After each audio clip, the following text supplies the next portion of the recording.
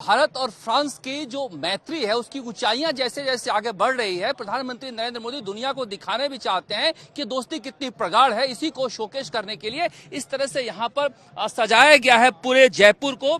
Emmanuel Macron फिलहाल अभी आमेर में जो यूनेस्को साइट है, विश्व धरोहर है, वहां पर विजिट कर रहे हैं और 5:15 पर जंतर मंतर आएंगे। जो यूनेस्को की साइट है, हेरिटेज साइट है, वहां पर वो भी विश्व धरोहर है, वहां प्रधानमंत्री नरेंद्र मोदी रिसीव करेंगे और उसके बाद इसी रास्ते से 1.76 किलोमीटर का ये रोड शो है, जाएंगे। बगल में हवा महल है, वहां पर वो चाय पिएंगे साहू चाय की दुकान पर और हैंडीक्राफ्ट के सामान खरीदेंगे और जो भीम यूपीआई पेमेंट है उसके जरिए डिजिटली पे करेंगे। तो दुनिया को दिखाना भी चाहते हैं कि भारत डिजिटल ट्रांजैक्शन में कितनी बड़ी शक्ति बन गया है।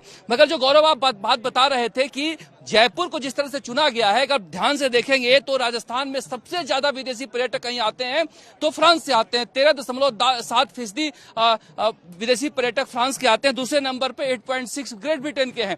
तो प्रधानमंत्री नरेंद्र मोदी ने जब ये तय किया कि यहाँ पर इमैनुअल मैक्रोन को लेकर आना है तो उनकी नजरों में कहीं ना कहीं रहा होगा कि इसको और ऊपर उठाते हैं। 71 के वॉर के बाद जब बॉर्डर टूरिज्म नहीं था तो सबसे पहले फ्रेंच टूरिस्ट ही यहाँ पर आना शुरू किए और जो हंटेड टाउन जिसको कुलधरा पूरी दुनिया में जाना जाता है, फ्रेंच टूरिस्टों ने ही खोजा था। तो टूरिज्म को लेकर एक लगाव रहा है। और 98 की बात आपने बिल्कुल सही की। जैकब सिराक के समय ये जो सफर शुरू हुआ था, निकोलस सार्कोजी हो, फ्रांसिस होलंदे हो और अब जो है इमैनुअल मैक्रोन है, इसको ऊंचाई पर लेकर चलते जा रहे हैं। जब 2016 में फ्रांसिस होलंदे के सामने प्रधानमंत्री नरेंद्र मोदी ने कहा था कि मेड फॉर ईच अदर, एक दूसरे के लिए भारत और फ्रांस बने हुए हैं, तब से चर्चा की जा रही थी। अब तो ये भी कहा जाता है, कई लोग कहते हैं कि भारत और रूस के संबंधों से आगे निकलता जा रहा है।